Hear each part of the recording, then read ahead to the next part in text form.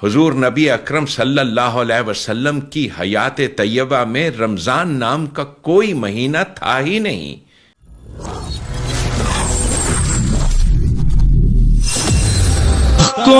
دار محفلی پا گلونو کی سنبلی دا زخمی زرونو دوائی دا سی خوگ لکا غزل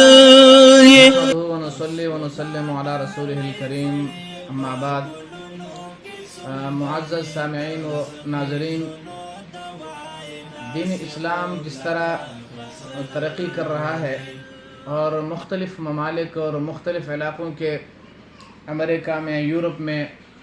مختلف ممالک میں لوگ اسلام میں جوق در جوق داخل ہو رہے ہیں، اور آپ ان کے ویڈیوز وغیرہ سوشل میڈیا پر دیکھ سکتے ہیں۔ جس طرح اسلام ترقی پر ہے، اسی طرح اسلام کے لبادے میں اسلام کے چادر اوڑھے ہوئے اسلام کے خلاف اور اسلام کے چھت کے نیچے اسلام کے بیخکنی کے لیے جو لوگ کام کر رہے ہیں وہ بھی بڑے تیزی سے جاری ہے،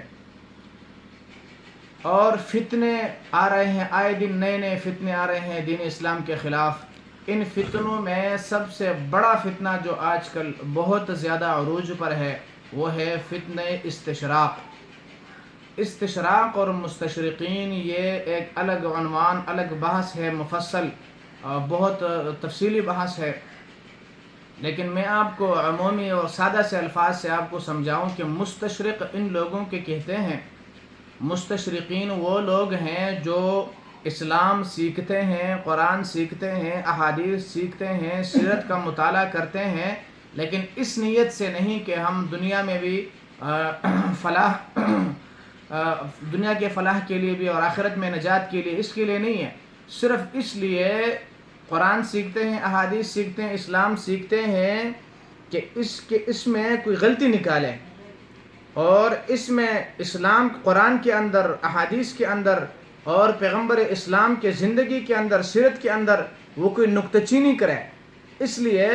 اور نکتہ چینی کر کے پھر عوام کو، سادہ لوہ مسلمانوں کو گمراہ کریں۔ ان کا ہدف یہ ہے، اور سب سے پہلا ہدف ان کا کیا ہے؟ سب سے پہلا ہدف ہے انکار حدیث سے انکار کرنا۔ پھر دوسرا ہدف ان کا کیا ہے؟ جو دین اسلام کا سند ہے اور سلسلہ ہے، ان کو داغدار بنانا، یعنی صحابہ کرام کو نشان تنقید بنانا، صحابہ کرام کو ہدف بنانا۔ جب صحابہ کو ہدف بنائے تو دین تو ہمیں پہنچائے صحابہ کے ذریعہ، حدیث کے سند تو صحابہ ہے، قرآن کے سند تو صحابہ ہے۔ جب صحابہ ہمارے یعنی سند مجروح ہو جائے تو پورا دین ہی مجروح ہو جائے۔ تو ان کا دوسرا ہدف ہوتا ہے صحابہ، اور تیسرا ہدف ان کا پورا ہوتا ہے قرآن۔